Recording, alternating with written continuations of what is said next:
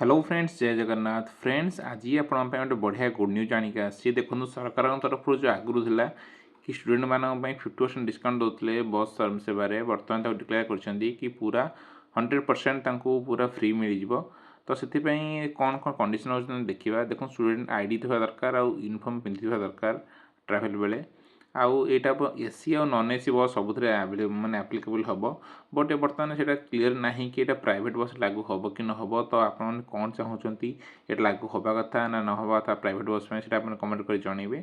आ देखो यार जो ऑफिशियल नोटिफिकेशन आप देखाई देखो 24/12 माने 2 दिन आगुरी यहाँ साइन होटा ऑर्डरटा बर्तमान पास हो जाए। तो आप जेकोसी कमेंट बस आप ट्राभेल कर यूनिफॉर्म अच्छे आई कार्ड अच्छी आपंपाई यहाँ फ्री अफ कस्ट ट्राभेल आपंकर। तेणु लिखाई in this contest to improve access to schools reduce student drop out due distance.